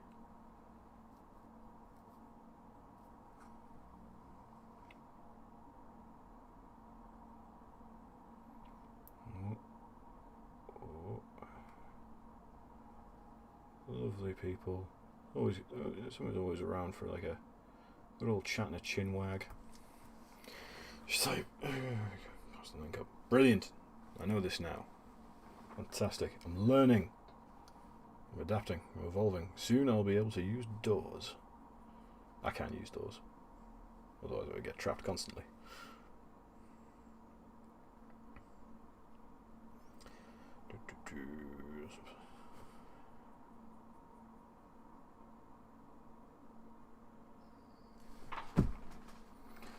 Oh God. Well, the noises, the burping noises, tell me that Nick6 has just subscribed. Thank you very much. Welcome to the Live and Let's Dice family, conglomerate, coalition, army. I think it's the Loud Army. I think that's what we settled on. I think that's what we settled on. I don't know. Oh God. Just casually getting stuff trapped in here. So, going over.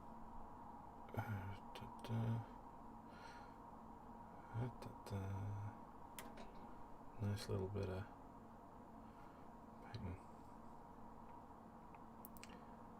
And oh, what so while I paint, I like to have a little word with myself. Not a bad word, good word. Because I'm doing something I enjoy. And as Smash said, positive self-talk and all that. So anyway, check in with yourself. Say, how you doing? I'm doing good. I'm sitting here. I'm painting. You know, I'm enjoying what I'm painting. I'm enjoying how I'm painting. I'm looking forward to getting this bad boy, bad girl even, finished.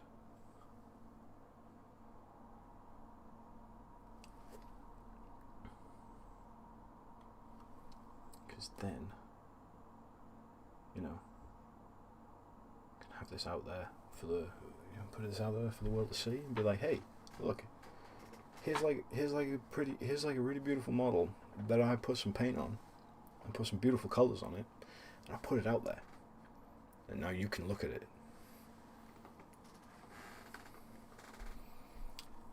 Yes, crazy dog. Yeah, took a while. I had to take a little step back from the painting, and then you realise what you're painting for. You're painting for yourself at the end of the day. Not really painting for anybody else. I was talking about with someone this the other week. I don't paint for validation. I post for validation, but I don't paint for validation. I paint for me.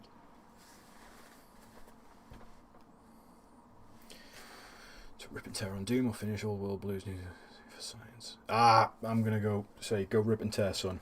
Rip and tear till it's done. Okay. So we're getting a little bit from delicious paint. So we're getting to a little bit finer work here. So we're going to switch to a slightly smaller brush. I say a slightly smaller brush. It is considerably smaller. But as a tip to any new painters or existing painters or anything like that, always try and paint with the largest brush that you have, because it will teach you control.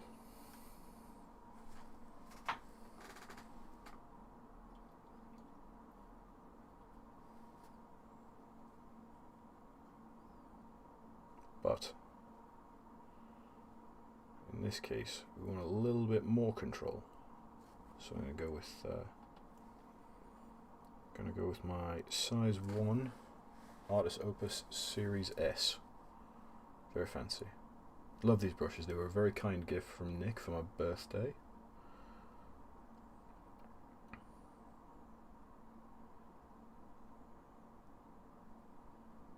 And they are really nice brushes, but I wouldn't say they're not essential for anyone who's starting out.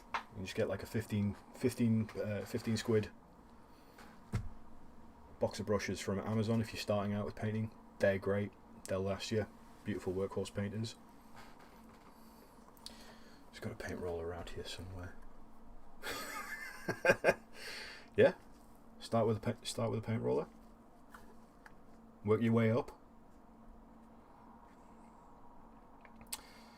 Yeah, painting or creating something is very cathartic. It is very cathartic. You can have a good time, good peaceful time, or you can use it to work out some frustrations, or whatever you've got thinking in the old brain cage. Whatever's wrinkling your brain that day, get it out on paper, canvas, clay, plastic, resin, metal.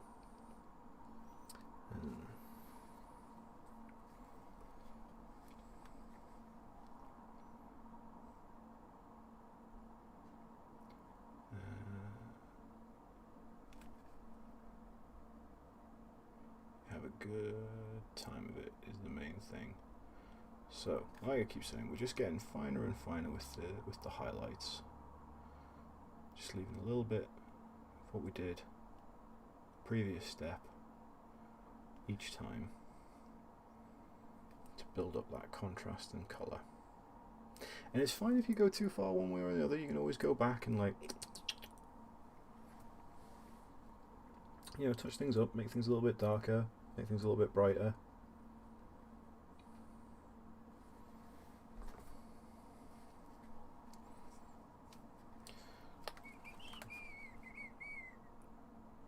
Have a little whistle to yourself. I can't really whistle, I sound more like a kettle, but I do enjoy whistling. I used to drive my nan nuts with it,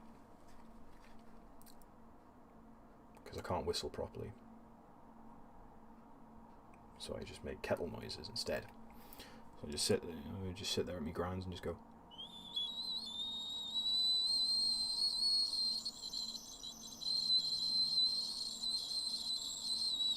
Should go to the kitchen and see if the kettle was on.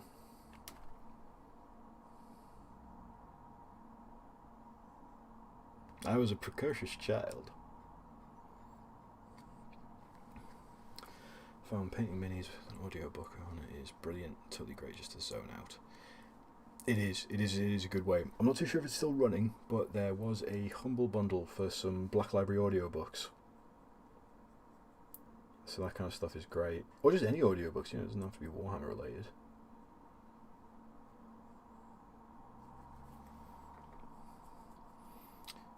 Do you know if there's going to be any AOS content coming out on the channel? Hopefully, me and Mikey, hopefully will be, I just keep saying hopefully as I'm stumbling over my own words here. We've got some plans to hopefully, I keep saying it now, it's awful. we do have a working plan to get some Age of Sigmar content out, whether that be Warcry or some general battle reports or Blood Bowl, something like that. We are looking to get some more fantasy stuff sorted, because unfortunately with Jules being the other end of the country, there's actually, and also in pending lockdown, there's no one to play Age of Sigmar with him.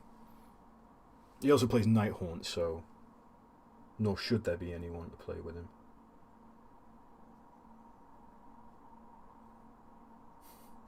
I was kidding. He's alright. But there has been a new Warcry box set, Catacombs, which does look great fun. Does the Anamikara look a little bit baconish? It does have a slight a slight sort of comic book bacon tone about it. So what I might do is I might darken down the scales a bit more, like the fleshier scales, to make this sort of pop a bit. Oh, excuse me. But we'll work that out over the time. This is the great thing about painting. You can go back and forth, and if something's not quite working, you can do it one way or the other. Like I was recently painting some stuff for Conquest, which is another tabletop war game, and I wanted my men-at-arms to have a sort of a blue, like a night blue and a cream colour, and for the life of me, couldn't get it working. So in the end, I thought, heck it, and went with red and yellow instead. Instantly, I felt much better about painting them. I had a great time. It was like, you know what? Sometimes you gotta like I said, you can go back and forth and try and make something work. But sometimes you kind of just gotta go, you know what? It's not working. I'm gonna try something new. Try something different.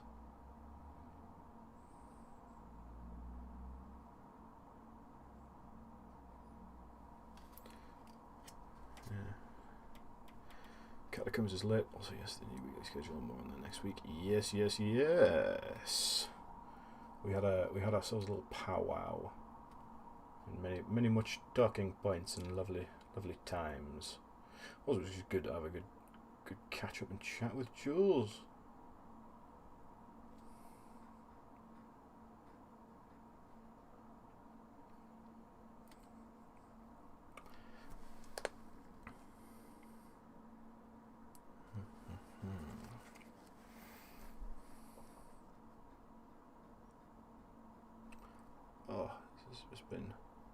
This has been lovely. You know, I was an absolute, I won't lie to you, I was an absolute stressy mess before. But like Jules assured me, it'll be all okay once you get it going. And he was right. Dang it. Right again, Jules. It is a lovely shade of tea. It is. You've rumbled me, really. This is just,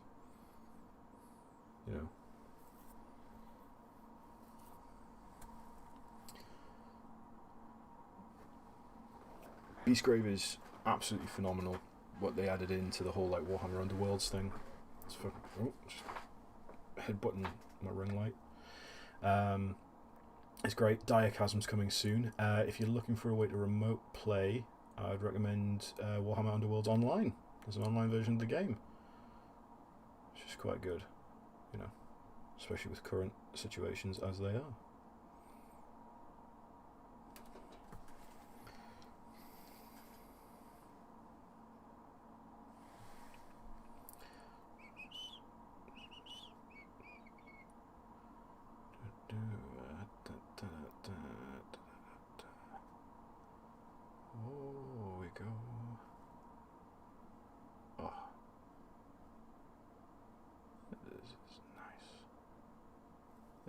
This is lovely. Glad you could all join me today as I paint a dragon and chat shade.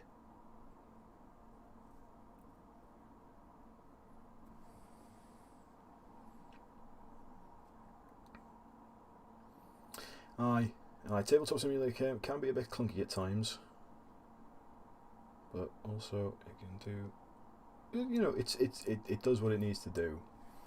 And like I said, it's very, like, once I got to grips with it, it was more user friendly than its interface first gave me pause to think about. But there we go. Right, so now we can pretty much go as pure bone white as we need, because now we're going to do some, like, what we call in the business extreme highlighting. You got to say it like that, otherwise it doesn't work properly. Like, it's just regular highlighting if you don't say it like that. You got to call it extreme highlighting. For the more extreme you are, the more metal your miniatures will be. Look at that. So extreme. So you're just taking the sharpest details and really showing them off. Show them sharp details.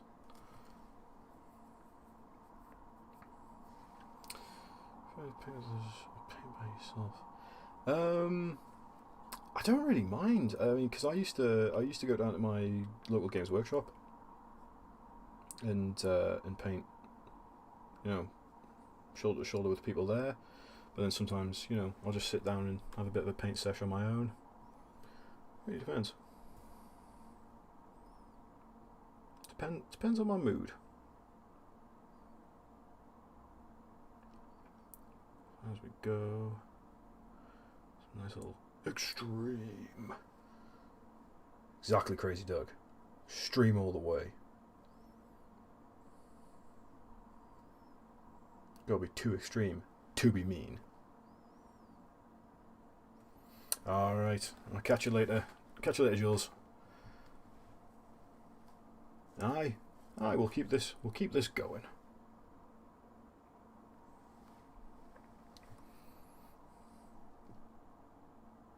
I like it.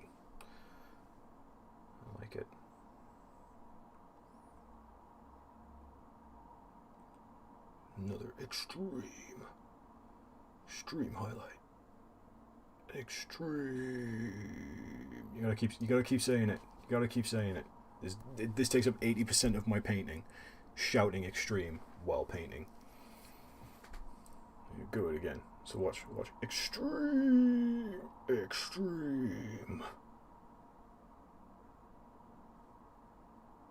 If y'all want to throw up the horns, feel free.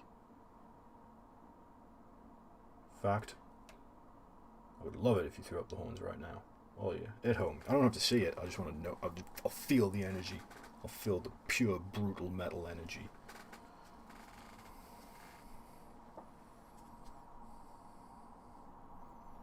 There we go. Okay, so let us take stock of what we have accomplished today.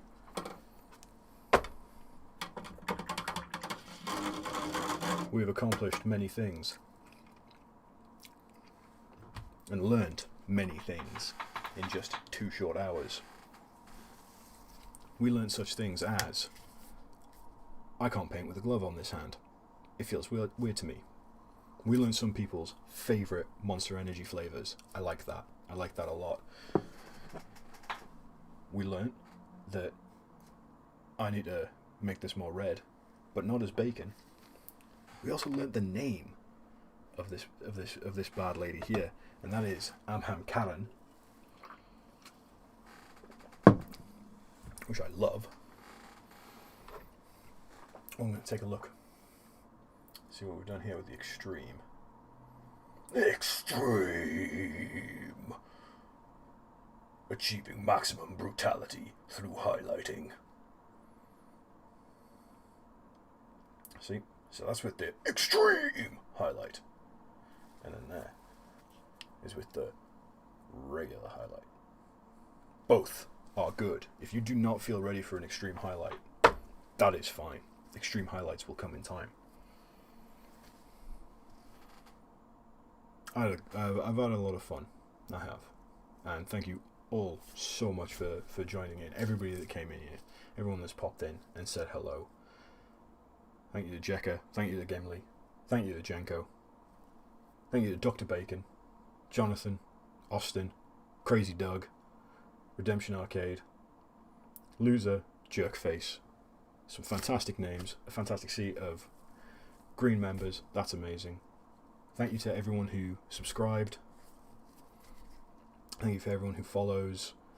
It's amazing. It's a very humbling experience, and yeah, I really hope to do this again. We are looking to get ourselves a more regular sort of weekly schedule going on, so we will come back to Ahamkadden. There she is, Ahamkadden. And we'll do more of her next time. And in the meantime, I want you all to go out and do as much or as little art as you want, whatever makes you happy in that art. Because one thing that I've always kept very close to me is a sort of a motto or as an idea when it comes to painting and art, is that I do not apologize for art, nor should you. Whatever you create, don't make people feel bad for. And I'll leave you on that note. So remember, don't apologize for art. Keep your highlighting extreme. Stay metal as fuck. Thank you all for joining. Bye. How do I change this? I don't know.